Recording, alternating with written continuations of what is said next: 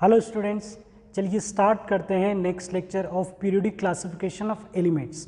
Last lecture में आप study कर चुके हो कि इलेक्ट्रॉनिक कॉन्फ़िगरेशन से एलिमेंट की पोजीशन किस तरह से पता लगाई जा सकती है, कैसे पता लगाया जा सकता है कि कौन सा एलिमेंट किस ब्लॉक से बिलोंग करता है, किस पीरियड का एलिमेंट है, किस ग्रुप का एलिमेंट है। आपने और भी कई सारी डेफिनेशन स्टडी कर ली है। अब हम बात करते हैं मोस्ट अवेटेड टॉपिक की, जो है पीरियोडिक प्रॉपर्टीज़। और जैसा कि मैंने लास्ट लेक्चर में आपको बताया था कि पीरियोडिक प्रॉपर्टीज को से रिलेटेड क्वेश्चन को अटेम्प्ट करने के लिए आपको एलिमेंट की पोजीशन पता होनी चाहिए। आपसे बोल दिया जाएगा, आपको 4 एलिमेंट दे दिए जाएंगे और आपसे पूछा जाएगा कि इन एलिमेंट्स की प्रॉपर्टीज में क्या रिलेशन होगा भाई। तो आप उनकी प्रॉपर्टीज में बच्चों रिलेशन तभी बता पाओगे बेटा, आप उनमें रिलेशन तभी बता पाओगे जब आपको पता होगा कि उन 3 से 4 एलिमेंट की पीरियोडिक टेबल में पोजीशन क्या है। क्योंकि आप जितनी प्रॉपर्टीज है उसे इन्हीं पोजीशन के थ्रू स्टडी करते हो कि एक पीरियड के थ्रू आपने प्रॉपर्टी को स्टडी किया, एक ग्रुप के थ्रू आपने प्रॉपर्टी को स्टडी किया, ग्रुप चेंज होने पर प्रॉपर्टी में क्या वेरिएशन आएगा, पीरियड चेंज होने पर प्रॉपर्टी में क्या वेरिएशन आएगा। तो ऑब्वियस सी बात है कि एलिमेंट की पोजीशन पता होगी तभी हम क्वेश्चन अटेम्प्ट कर पाएंगे। और पीरियोडिक टेबल पर अगर अच्छा क्वेश्चन पूछा जाए या किसी कॉम्पिटिटिव लेवल का, कॉम्पिटिटिव एग्जाम लेवल का क्वेश्चन पूछा जाए तो वो बन सकता है पीरियोडिक प्रॉपर्टीज से। तो बच्चों, पीरियोडिक प्रॉपर्टीज में हम कई सारी प्रॉपर्टीज की बात करेंगे। सबसे पहले इन प्रॉपर्टीज को स्टडी करने के लिए हम स्टडी करेंगे न्यूक्लियर चार्ज को। तो सबसे पहले हम स्टडी करेंगे न्यूक्लियर चार्ज को, फिर इसके बाद हम स्टडी करेंगे एटॉमिक रेडियस को, फिर स्टडी करेंगे आयोनाइजेशन एनर्जी को, इलेक्ट्रॉन एफिनिटी को, और इलेक्ट्रॉन एफिनिटी के बाद इलेक्ट्रोनेगेटिविटी को।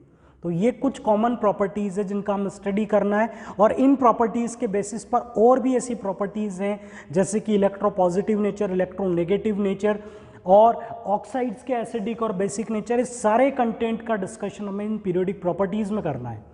चलिए, तो सबसे पहले बात करते हैं न्यूक्लियर चार्ज की। और बच्चों, न्यूक्लियर चार्ज इंपॉर्टेंट है, आगे की प्रॉपर्टीज इसी पर डिपेंडेंट रहेंगी। अब सबसे पहले तो बात करें न्यूक्लियर चार्ज क्या होगा। तो सबसे पहले तो मैं कैलकुलेशन के अकॉर्डिंग बता दूं, न्यूक्लियर चार्ज डिपेंड करता है आपके न्यूक्लियस में कितने प्रोटॉन है। तो जितने प्रोटॉन होंगे उतना आप न्यूक्लियर चार्ज उसमें डिफाइन कर सकते हो।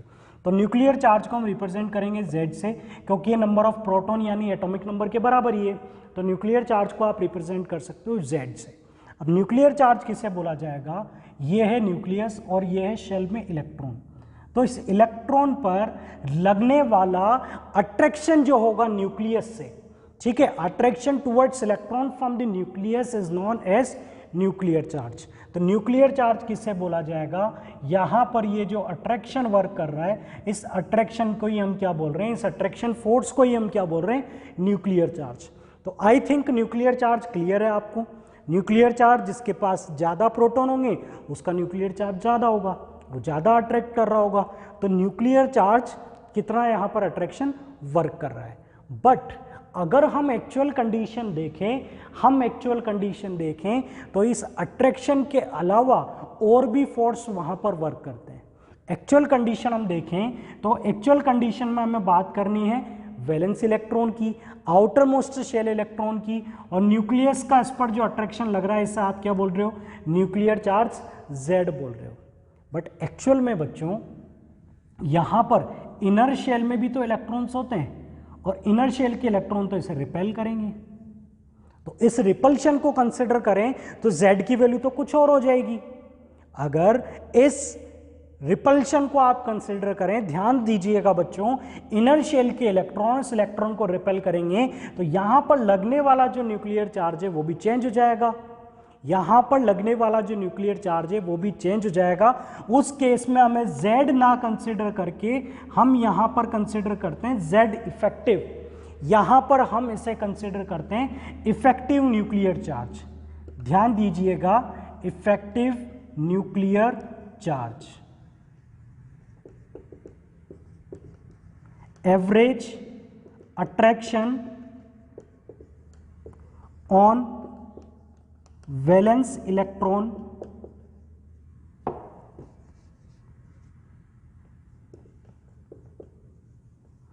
taking into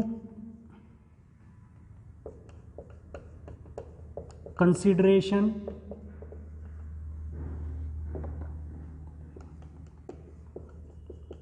repulsion of inner shell electrons. तो ये मैंने डेफिनेशन लिख दी इफेक्टिव न्यूक्लियर चार्ज की। इफेक्टिव न्यूक्लियर चार्ज कौन सा चार्ज होगा?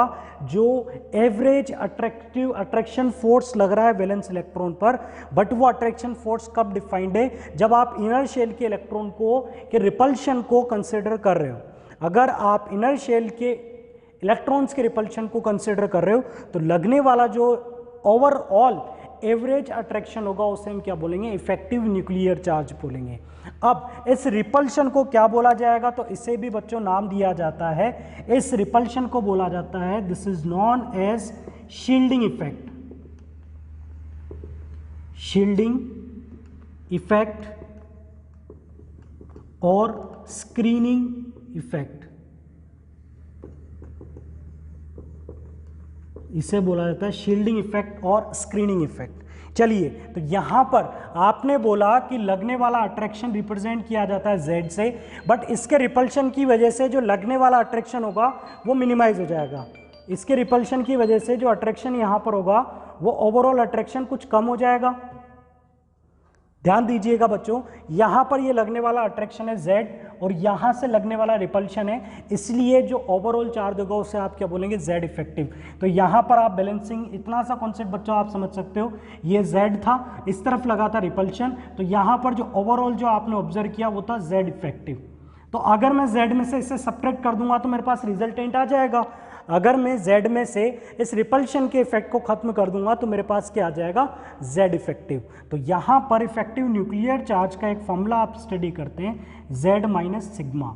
यहां पर ये सिग्मा बोला जाता है स्क्रीनिंग कांस्टेंट, और ये स्क्रीनिंग कांस्टेंट किसके इफेक्ट को यहां से खत्म करता है? इस रिपल्शन को।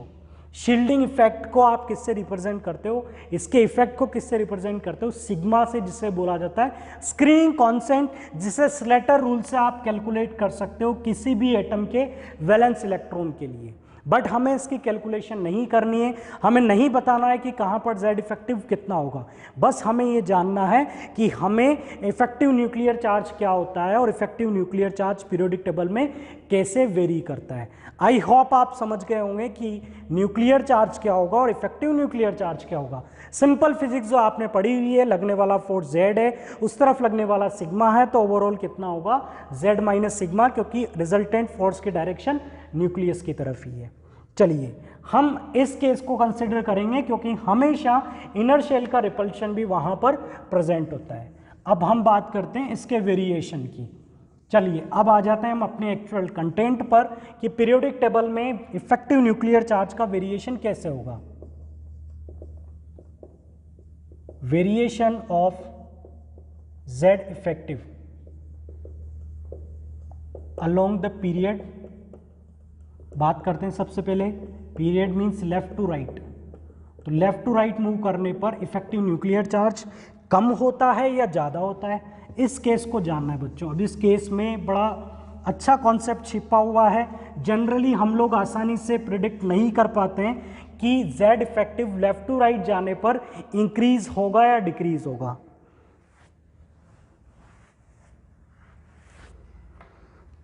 तो इसे समझिएगा बच्चों। इसके लिए मैं एक एग्जांपल ले लेता हूं, lithium, beryllium, boron, carbon, nitrogen, oxygen. ठीक है, अब हम बात करें तो लिथियम के पास कितने प्रोटॉन है? 3। इसके पास 4 प्रोटॉन है, 5 प्रोटॉन है, 6 प्रोटॉन, 7 प्रोटॉन और यहाँ पर 8 प्रोटॉन। इलेक्ट्रॉन्स की बात करें तो यहाँ पर कितने इलेक्ट्रॉन थे? 3 electron, 4 electron, 5 electron, 6 electron, 7 electron और यहाँ पर 8 इलेक्ट्रॉन। सबके पास वैलेंस इलेक्ट्रॉन्स होंगे और उन वैलेंस इलेक्ट्रॉन को कौन अट्रैक्ट कर रहा होगा? प्रोटॉन।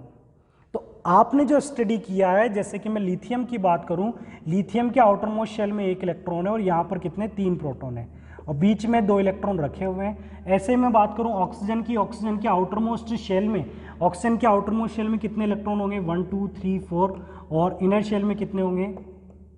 1 2। ऑक्सीजन का एटॉमिक नंबर 5 और 6 और यहाँ पर कितने प्रोटॉन होंगे? 8। क्लियर? तो यहाँ पर आउटर मोस्ट शेल इलेक्ट्रॉन को अट्रैक्ट कर रहे होंगे प्रोटॉन और लगने वाला जो ओवरऑल अट्रैक्शन होगा उसे आप क्या बोलेंगे, इफेक्टिव न्यूक्लियर चार्ज।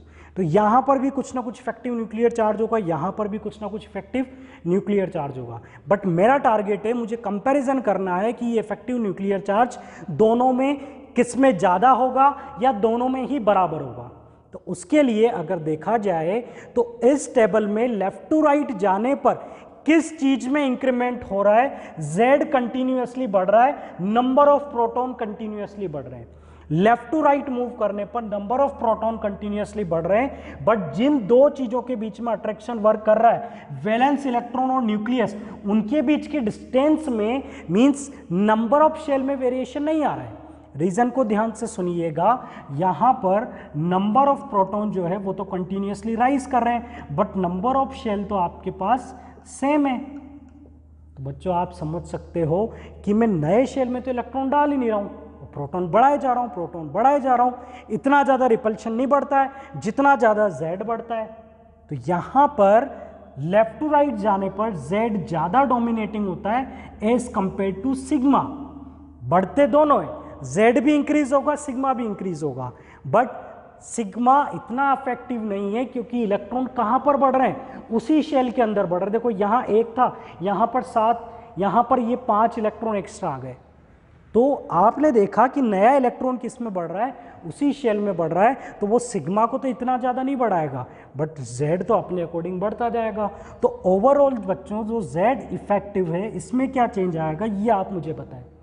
तो दोनों में डोमिनेटिंग Z है, तो Z इफेक्टिव जो ओवरऑल अट्रैक्शन है वो लेफ्ट टू राइट जाने पर इंक्रीज होगा। फिर से समझिएगा, इसका आंसर आसानी से हम नहीं दे पाते हैं।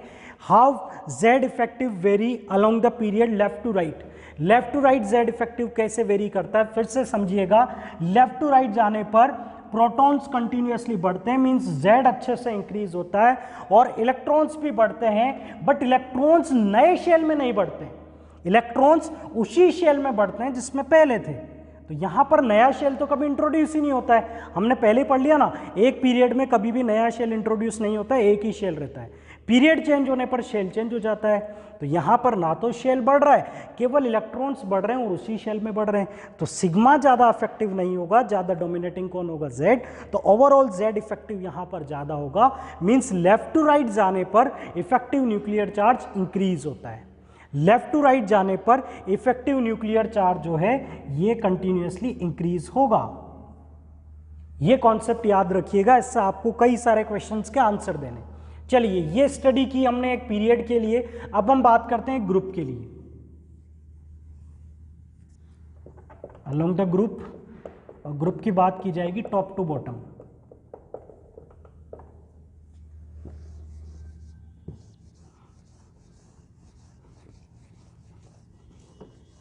तो टॉप टू बॉटम को भी आप इस तरह से स्टडी करें, लिथियम, सोडियम, पोटेशियम, इसका कॉन्फ़िगरेशन 2-1 होता है, इसका कॉन्फ़िगरेशन 2-8-1 होता है, और इसका कॉन्फ़िगरेशन 2-8-8-1 होता है। तो बच्चों यहाँ पर इसके पास 3 प्रोटॉन थे, इसके पास 11 प्रोटॉन होंगे और इसके पास 19 प्रोटॉन होंगे। यहाँ पर Z भी अच्छा खासा इंक्रीज हो रहा है और सिग्मा भी अच्छा खासा इंक्रीज हो रहा है। तो यहाँ पर ध्यान रखिएगा कि Z इफेक्टिव जो है वो ऑलमोस्ट सेम होता है। एक ग्रुप में Z इफेक्टिव इतना ज़्यादा वेरी नहीं करता है क्योंकि Z भी उतना ही बढ़ता है और सिग्मा भी बढ़ता है, क्योंकि नंबर ऑफ शेल आपके पास चेंज होते जा रहे हैं, नंबर ऑफ शेल्स आपके पास चेंज होते जा रहे हैं। तो सिग्मा भी डोमिनेटिंग हो जाता है, Z तो डोमिनेटिंग होगा ही सही, क्योंकि आपने एटॉमिक नंबर में एक भारी चेंज किया है, तो Z तो बढ़ेगा बट सिग्मा भी उतना ही बढ़ता है। तो Z इफेक्टिव जो होता है, जो ओवरऑल अट्रैक्शन होता है, वो सारे एलिमेंट में ऑलमोस्ट कांस्टेंट होता है। तो इफेक्टिव न्यूक्लियर चार्ज की लेफ्ट राइट बात की जाए तो आपका आंसर होगा इंक्रीजिंग। टॉप टू बॉटम की बात की जाए तो इसमें आप कोई मेजर वेरिएशन ऑब्जर्व नहीं करते हैं। ये था बच्चों Z इफेक्टिव वाला पार्ट, जिसको हमने सिंपल वे में इस तरह से स्टडी कर लिया। अब हम बात करते हैं एटॉमिक रेडियस की, जिसे एटॉमिक रेडियाई बोला जाएगा। तो एटॉमिक रेडियस किस तरह से कैलकुलेट की जा सकती है, उस कॉन्सेप्ट पर बात करते हैं।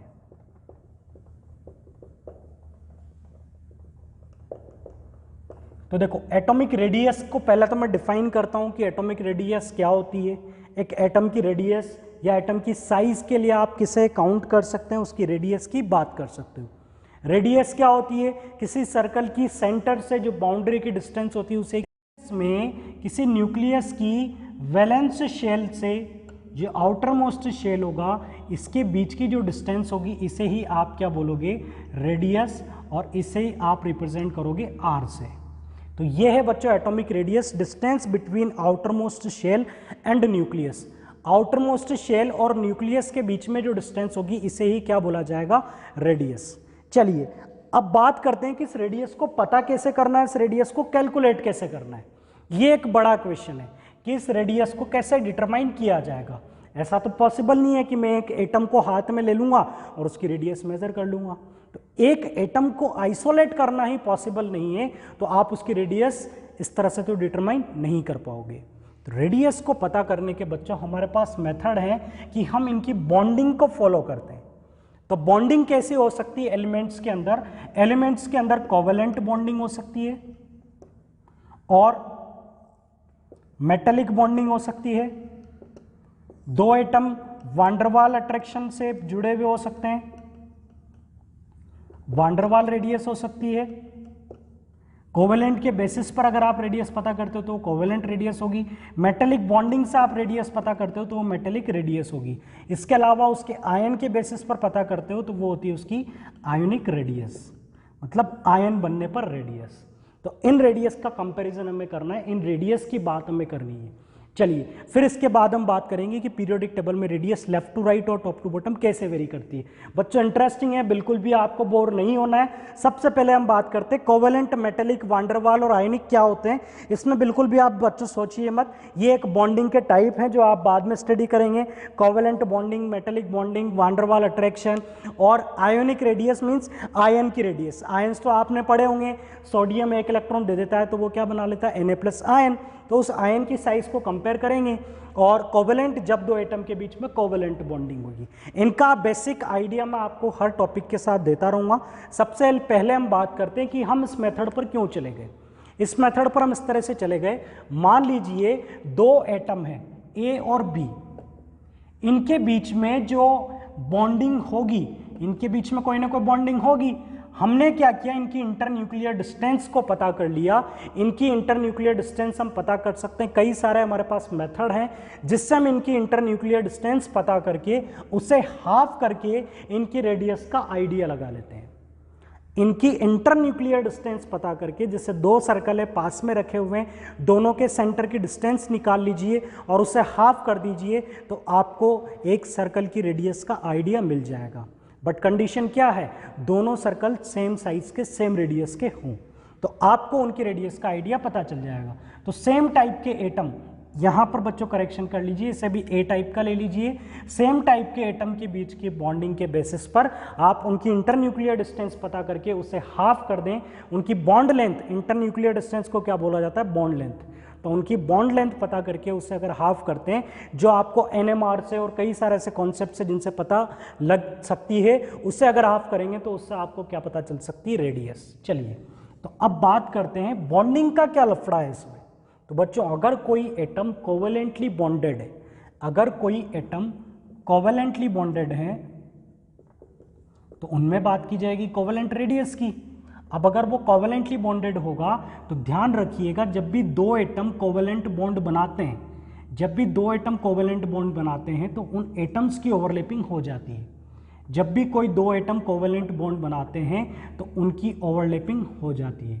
तो यहाँ पर आप रेडियस निकालेंगे, दोनों की इंटरन्यूक्लियर डिस्टेंस आप लेंगे और इस इंटरन्यूक्लियर डिस्टेंस को बच्चों आप हाफ कर देंगे। तो यहाँ पर हम मान लेते हैं ये पॉइंट ए है और ये पॉइंट ए है, ठीक है। इन दोनों पॉइंट की डिस्टेंस आपने निकाली DA2A और आपने इसका हाफ कर दिया तो आपको क्या मिल गई? कोवेलेंट रेडियस मिल गई, जो दोनों एटम की मिलेगी। अगर मान लो यही एटम, अगर मान लेते हैं यही एटम मेटेलिक बॉन्ड से बंधे हुए हैं तो हम इनमें किसकी बात करेंगे? मेटेलिक रेडियस की। अगर इन्हीं के बीच में, इन्हीं दो एटम के बीच में मेटेलिक बॉन्डिंग होगी तो आप स्टडी करेंगे, जब दो एटम के बीच में मेटेलिक बॉन्डिंग होती है तो वो दोनों एटम कैसे प्रेजेंट होते हैं? इस तरह से। अगर दो एटम के बीच में मेटेलिक बॉन्डिंग होती है तो वो दोनों एक दूसरे के टच में होते हैं। मेटेलिक, देखो कोवेलेंट में आप समझेंगे, कोवेलेंट का कॉन्सेप्ट ही यही होता है। कोवेलेंट का कॉन्सेप्ट होता है कि एटम्स की ऑर्बिटल्स की ओवरलैपिंग, तो कुछ पार्ट ओवरलैप हमने शो किया, जबकि मेटेलिक के अंदर एक अट्रैक्शन होता है स्ट्रॉन्ग, जिसके अंदर ओवरलैपिंग नहीं होती है। तो यहाँ पर अगर हम रेडियस निकालें तो यहाँ पर भी ये पॉइंट ए है, यहाँ पर ए है, यहाँ पर ए टू ए डिस्टेंस का हमने हाफ किया तो हमें क्या मिल गई, मेटेलिक रेडियस। ठीक है, अगर वही एटम कोवेलेंट बॉन्ड बनाता है तो कोवेलेंट रेडियस निकाली जा सकती है, अगर वो मेटेलिक बॉन्ड बनाता है तो उसके लिए हम मेटेलिक रेडियस भी डिफाइन कर सकते हैं। जैसे लिथियम के लिए कोवेलेंट रेडियस भी होगी और लिथियम की अपनी मेटेलिक रेडियस भी होती है। अब बात करते हैं वान डेर वाल रेडियस की। तो वान डेर वाल अट्रैक्शन में और इन दोनों अट्रैक्शन में क्या डिफरेंस है वो भी आपको क्लियर हो जाएगा। तो जब दो एटम के बीच में वान डेर वाल रेडियस की बात की जाए या वान डेर वाल अट्रैक्शन की बात की जाए तो उन दोनों एटम के बीच में एक सफिशिएंट डिस्टेंस होती है, क्योंकि van der Waals force of attraction एक वीक अट्रैक्शन होता है। Van der Waals force of attraction एक वीक अट्रैक्शन होता है, तो यहां पर इन दोनों के बीच में कुछ ना कुछ डिस्टेंस होगी। तो यहां पर भी कॉन्सेप्ट वही रहेगा, हम यहां पर दोनों एटम की इंटरन्यूक्लियर डिस्टेंस निकालेंगे और उसे हाफ करेंगे तो हमें क्या मिल जाएगी, वान डेर वाल रेडियस। इसे हम रिप्रेजेंट कर दे वी से, इसे आप रिप्रेजेंट कर दो एम से और इसे आप रिप्रेजेंट कर दो सी से। ये सारा कंटेंट मैंने आपको इसलिए बताया कि आप कंपेयर कर सको कि इन तीनों केसेस में कौन सी रेडियस सबसे बड़ी है और कौन सी रेडियस सबसे छोटी है। ठीक है बच्चों, तो अब आप बताइए कि मैं अगर एक ही एलिमेंट के एटम्स में तीनों बॉन्डिंग, तीनों अट्रैक्शन ऑब्जर्व करूं तो किस केस में उसकी रेडियस मुझे सबसे ज़्यादा मिलेगी। तो आप बता सकते हैं कि इस केस के अंदर एटम की जो रेडियस, जो रिजल्ट आपको मिलेंगे वो दोनों केसेस से ज़्यादा मिलेंगे, क्योंकि यहाँ पर ये वैसे ही दूर है। हाफ करोगे तो जो डेटा आएगा वो आपको थोड़ा सा ज़्यादा ही मिलेगा। तो आप एक कंपैरिजन बता सकते हैं कि वान डेर वाल रेडियस अगर किसी के लिए निकाली जाए तो वो उसकी निकाली गई मेटेलिक रेडियस से ज़्यादा होती है और मेटेलिक रेडियस उसकी कोवेलेंट रेडियस से ज़्यादा होती है। सबसे छोटी रेडियस कौन सी होती है, कोवेलेंट रेडियस होती है, क्योंकि इसमें आप जो इंटरन्यूक्लियर डिस्टेंस निकालोगे वो इन दोनों केसेस से कम मिलेगी। तो ये एक रेडियस का आइडिया था और ये इनका कंपैरिजन था। कोवेलेंट में बच्चों आपका क्वेश्चन हो सकता है कि सर अगर हम एक एटम की कोवेलेंट रेडियस की बात करें बट बॉन्डिंग वेरी कर रही हो, जैसे कि आप सी सिंगल बॉन्ड, सी में कार्बन की रेडियस निकालो, डबल बॉन्ड से बॉन्डेड केस में रेडियस निकालो, ट्रिपल बॉन्ड से बॉन्डेड केस में रेडियस निकालो, तो बच्चों आपको सबसे बड़ी रेडियस इस केस में मिलेगी। इस केस में रेडियस आपको कैसी मिलेगी, छोटी मिलेगी, क्योंकि इनकी इंटरन्यूक्लियर डिस्टेंस कम होती जाती है। जैसे जैसे नंबर ऑफ बॉन्ड्स बढ़ते हैं ये वाली जो लेंथ होती है यही कम हो जाती है, तो रेडियस तो आपको कम मिलेगी ही सही, ये ऑब्वियस सी बात है। तो और ये तो हमने कंपैरिजन किया सेम टाइप के एटम का, सेम टाइप के एटम की रेडियस का।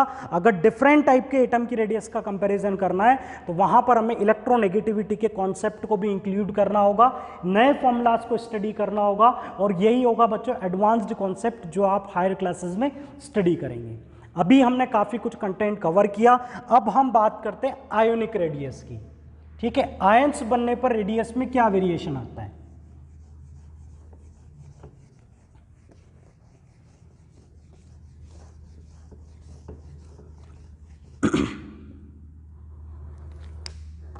Next one is ionic radius.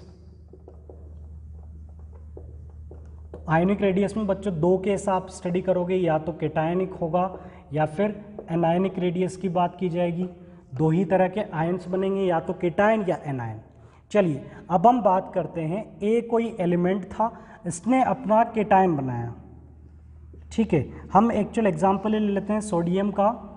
Sodium था, सोडियम ने अपना केटायन बनाया Na+, और क्लोरीन था, क्लोरीन ने अपना एनायन बनाया Cl-। कंपेयर कीजिए कि सोडियम Na+ में कन्वर्ट होगा तो इसकी रेडियस बड़ी होगी या छोटी होगी, Cl में कन्वर्ट होगा तो इसकी रेडियस ज़्यादा होगी या कम होगी। तो अब आपको इसका आंसर देने के लिए Z इफेक्टिव को ऑब्जर्व करना पड़ेगा। तो बच्चों देखिए यहाँ पर कितने प्रोटॉन है, 11 प्रोटॉन। ठीक है, यहाँ पर कितने प्रोटॉन है, 11। यहाँ कितने प्रोटॉन है, 11। यहाँ पर कितने इलेक्ट्रॉन थे आपके पास, 11, और यहाँ पर इलेक्ट्रॉन्स कितने हो चुके हैं आपके पास, 10 इलेक्ट्रॉन। यहाँ पर कितने इलेक्ट्रॉन्स हो चुके हैं 10, मतलब दोनों केसेस में Z तो सेम है बट यहाँ पर सिग्मा कम हो चुका है। तो अगर Z इफेक्टिव की बात की जाए तो Z इफेक्टिव जो है वो इस केस में इंक्रीज होगा। यहाँ Z इफेक्टिव ज़्यादा होगा, Z इफेक्टिव का मतलब न्यूक्लियस का अट्रैक्शन, तो जहां पर न्यूक्लियस का आउटर मोस्ट शेल पर अट्रैक्शन ज़्यादा होगा, न्यूक्लियस का अट्रैक्शन ज़्यादा होगा तो वो छोटा हो जाएगा। देखो बेटा, आपने ये न्यूक्लियस है, आप इसे अपनी तरफ खींच रहे हैं, ये आप हो और ये एक बाउंड्री है, आपने इसे बांधा हुआ है एक रस्सी से और आप इसे अपनी ओर खींच रहे हो। अगर आप ज़्यादा ताकत लगाओगे तो ये क्लोज आ जाएगी ना, तो अपने आप रेडियस क्या हो जाएगी, कम हो जाएगी। तो यहाँ पर ज़्यादा पावर कौन लगाएगा, ये, तो यहाँ पर जो साइज आपको मिलेगी, जो रेडियस आपको मिलेगी वो कम मिलेगी। तो हम रेडियस की बात करें तो यहाँ पर रेडियस Na से Na+ के केस में डिक्रीज होगी। ठीक है, मतलब ये है बच्चों, अगर कोई एटम केटायन में कन्वर्ट होता है तो उसकी साइज छोटी हो जाती है, अगर कोई न्यूट्रल एटम केटायन में कन्वर्ट होगा तो उसकी साइज छोटी हो जाएगी, केटायन में कन्वर्ट होगा तो साइज छोटी हो जाएगी। अब बात करते हैं एनायन की, इसके पास 17 प्रोटॉन थे, इसके पास 17 प्रोटॉन थे, इसके पास 17 इलेक्ट्रॉन थे, इसके पास 18 इलेक्ट्रॉन है। यहां पर अगर देखा जाए तो Z तो सेम था बट सिग्मा आपने राइज किया, तो यहां पर Z इफेक्टिव जो है वो क्लोरीन से क्लोरीन माइनस के अंदर डिक्रीज होगा। मतलब इसमें इतनी ताकत नहीं है कि ये उससे ज़्यादा पावरफुल, मतलब ज़्यादा अच्छे से खींच सके। Cl- के अंदर अट्रैक्शन वीक है, तो रेडियस का अगर कंपैरिजन करूं बच्चों तो रेडियस क्या होगी बच्चों, इंक्रीज होगी। सिंपल सा कंपैरिजन, ठीक है। Cl अगर Cl- में बनेगा तो सिग्मा राइज होगा, इलेक्ट्रॉन्स में रिपल्शन बढ़ेगा, तो फिर साइज ऑब्वियस सी बात है कि पहले से हमें ज़्यादा मिलेगी। देखो Z इफेक्टिव पढ़कर ही आप इन दोनों केसेस को अच्छे से समझ सकते हैं। अगर किसी को इन केसेस को समझने में दिक्कत है तो वो वीडियो में पहले Z इफेक्टिव को रिवाइज करें। अब यहाँ पर देखें Z इफेक्टिव क्यों बढ़ा, क्योंकि Z तो सेम रहा बट इलेक्ट्रॉन कम होने से, भाई सिग्मा किन की वजह से आता है, इलेक्ट्रॉन्स की वजह से। अगर इलेक्ट्रॉन कम होंगे तो सिग्मा कम होगा, तो सिग्मा कम हुआ तो Z इफेक्टिव बढ़ा, तो रेडियस भी क्या हो गई, कम हो गई, क्योंकि Z इफेक्टिव खींचना। मतलब आप हमेशा ध्यान रखना, रेडियस जो होती है, इस कंक्लूजन को याद रखिए, is inversely proportional to Z effective. जहां Z इफेक्टिव ज़्यादा होगा वहां रेडियस कम हो जाएगी, और जहां Z इफेक्टिव कम होगा वहां पर रेडियस कम नहीं होगी, वहाँ रेडियस कैसी रहेगी, ज़्यादा। तो Z इफेक्टिव Cl से Cl- में डिक्रीज हुआ, इसलिए रेडियस इंक्रीज हो गई। मतलब कोई भी एटम अगर एनायन में कन्वर्ट होगा तो उसकी साइज बढ़ जाएगी, और कोई भी एटम अगर केटायन में कन्वर्ट होगा तो उसकी साइज छोटी हो जाएगी। चलिए, अब एक क्वेश्चन का आंसर आप बड़ी आसानी से दे सकते हैं। मैंने x कोई एलिमेंट कंसिडर कर लिया, ये कन्वर्ट होता है x2 माइनस में, x माइनस में, x3 माइनस में, x2 प्लस में, x प्लस में, x3 प्लस में। आपको इनकी साइज के ऑर्डर में अरेंज करना है। X केटायन में भी कन्वर्ट होता है, एनायन में भी कन्वर्ट होता है, आपको अरेंज करना है कि इनमें सबसे छोटा और सबसे बड़ा कौन होगा। तो बच्चों X छोटा कब होगा, जब ये केटायन बनेगा, और X बड़ा कब होगा, जब ये एनायन बनेगा। मतलब ये तीनों बड़े होंगे और ये तीनों छोटे होंगे। केटायन में भी कौन सा केटायन छोटा होगा, जिसमें सबसे ज्यादा इलेक्ट्रॉन निकालकर जिसे बनाया है। तो X से सबसे ज्यादा इलेक्ट्रॉन आपने कितने निकाले, 3+, तो X3+ स्मॉलेस्ट होगा, X3+ इसमें स्मॉलेस्ट होगा। इससे बड़ा कौन होगा, X2+, इससे बड़ा कौन होगा, X+, उससे बड़ा कौन होगा, X, उससे बड़ा X-, X2-, X3-। समझ गए बच्चों। एनायन की साइज बड़ी होती है, जितना ज़्यादा चार्ज एनायन पर होगा उतना बड़ा होगा, और जितना ज़्यादा चार्ज केटायन पर होगा वो उतना छोटा हो जाएगा। तो इस तरह से आप आयनिक रेडियस का कंपैरिजन कर सकते हो। अब आयनिक रेडियस में आपसे क्वेश्चन पूछे जा सकते हैं, या तो सेम एलिमेंट का केस है या डिफरेंट एलिमेंट का केस है। तो ये तो बच्चों था सेम एलिमेंट। अब आपसे पूछा जाए डिफरेंट एलिमेंट, तो बच्चों डिफरेंट एलिमेंट के लिए आपको अभी एक और केस स्टडी करना है, पीरियोडिक टेबल में रेडियस का वेरिएशन। तो पीरियोडिक टेबल का वेरिएशन हम स्टडी करेंगे, बट एक तो आप पीरियोडिक टेबल के बेसिस पर बताएंगे, और दूसरा केस आपसे इस पे पूछा जा सकता है आइसो इलेक्ट्रॉनिक सीरीज का। इसके लिए हमें पीरियोडिक टेबल में जाने की जरूरत नहीं है, ठीक है। डिफरेंट एलिमेंट में एक केस होगा जिसमें आपको पीरियोडिक टेबल में एलिमेंट की पोजीशन पर जाना होगा, और दूसरा केस आपसे पूछा जा सकता है आइसो इलेक्ट्रॉनिक सीरीज का। अब आइसो इलेक्ट्रॉनिक सीरीज क्या होती है पहले ये जान लेते हैं। तो आइसो इलेक्ट्रॉनिक सीरीज वो होती है जिसमें नंबर ऑफ इलेक्ट्रॉन्स सबके पास सेम हो, वो सीरीज, वो ग्रुप ऑफ सब्सटेंस जिनके पास नंबर ऑफ इलेक्ट्रॉन्स बराबर हो। तो बच्चों एक आइसो इलेक्ट्रॉनिक सीरीज का एग्जाम्पल मैं आपके सामने लिखता हूं जिससे आपको ये अच्छे से क्लियर हो जाएगा। जैसे कि हमने बात की Na+, F-, O2-, Mg2+, Al3+। ये है बच्चों, अगर आप इनमें काउंट करें नंबर ऑफ इलेक्ट्रॉन कितने कितने और नंबर ऑफ प्रोटॉन्स कितने कितने, उनका आप काउंट कीजिए। तो यहाँ पर मैं बात करता हूँ नंबर ऑफ प्रोटॉन की और नंबर ऑफ इलेक्ट्रॉन की। इससे आप इनकी साइज भी बता पाएंगे। सोडियम के पास कितने प्रोटॉन होते हैं? 11, चाहे वो किसी भी कैटायन में कन्वर्ट हो, प्रोटॉन कभी भी चेंज नहीं होता है। फ्लोरीन के पास 9, ऑक्सीजन के पास 8, मैग्नीशियम के पास 12, एल्यूमिनियम के पास 13। इलेक्ट्रॉन्स चेंज होंगे क्योंकि सब या तो कैटायन में है या एनायन में। तो Na+ बनने पर एक इलेक्ट्रॉन इसमें कम हो जाएगा और रिजल्टेंट कितने इलेक्ट्रॉन होंगे? 10। F- बनने पर एक इलेक्ट्रॉन ऐड हो जाएगा तो कितने इलेक्ट्रॉन हो जाएंगे? 10। O2- बनने पर 2 इलेक्ट्रॉन ऐड हो जाएंगे तो कितने हो जाएंगे? 10। Mg2+ मतलब 2 इलेक्ट्रॉन कम कर दो तो बचेंगे कितने? 10। एल्यूमिनियम के पास 13 होते हैं, 3+ का मतलब 3 हटा दो तो कितने बचेंगे? 10। सबके पास नंबर ऑफ इलेक्ट्रॉन क्या है बच्चों? सेम है। और वो सीरीज जिसके पास नंबर ऑफ इलेक्ट्रॉन बराबर हो उसे क्या बोला जाता है? आइसो इलेक्ट्रॉनिक सीरीज बोला जाता है। जिसके पास नंबर ऑफ इलेक्ट्रॉन्स इक्वल हो उसे क्या बोला जाएगा? Iso electronic series. तो ये आइसो इलेक्ट्रॉनिक सीरीज है। अब इसका आपको साइज का ऑर्डर बताना है कि इनमें स्मॉलेस्ट कौन होगा और लार्जेस्ट कौन होगा। तो बच्चों इसके लिए क्या आपको लगता है कि मैं ये रिजल्ट आपको बताऊंगा? आप खुद पता कर सकते हो कौन ज्यादा पावरफुल है इलेक्ट्रॉन्स को अट्रैक्ट करने में। किसका Z सबसे ज्यादा है? क्योंकि इलेक्ट्रॉन तो सब में बराबर है, तो सिग्मा उग्मा को भूल जाइए, आप Z से कंपेयर कर लीजिए, आसानी से आपको आंसर मिल जाएगा। यहां पर सबसे ज्यादा प्रोटॉन है, यहां पर सबसे ज्यादा अट्रैक्शन होगा, तो स्मॉलेस्ट यहां पर कौन होगा? Al3+। आइसो इलेक्ट्रॉनिक के क्वेश्चन कैसे अटेम्प्ट करने समझ लीजिएगा, IIT तक भी ये क्वेश्चन पूछे जाते हैं। Al3+ में 13 प्रोटॉन है, ज़्यादा अट्रैक्शन है इसलिए छोटा होगा। इससे बड़ा कौन होगा? इसमें 12 है, जस्ट इससे कम, तो Mg2+। Mg2+ से बड़ा कौन होगा? Na+, इसमें 11 इलेक्ट्रॉन है। और Na+ से बड़ा कौन होगा? F-। F- से बड़ा सबसे ज़्यादा प्रोटॉन, उसकी साइज उतनी ज़्यादा छोटी। जिसमें जितने ज़्यादा इलेक्ट्रॉन उसकी, जिसमें जितने कम प्रोटॉन हैं उसकी साइज उतनी बड़ी है। क्योंकि ज़्यादा प्रोटॉन मतलब ज़्यादा अट्रैक्शन, और अट्रैक्शन ज़्यादा होने का मतलब साइज का छोटा होना।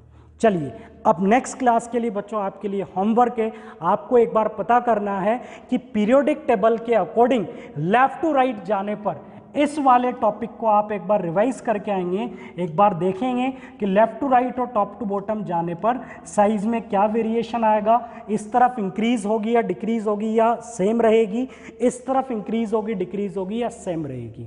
तो हम नेक्स्ट लेक्चर में स्टडी करेंगे साइज का वेरिएशन विद एक्सेप्शन, और अगली प्रॉपर्टीज के साथ कंटिन्यू करेंगे। So students, thank you again for watching this lecture.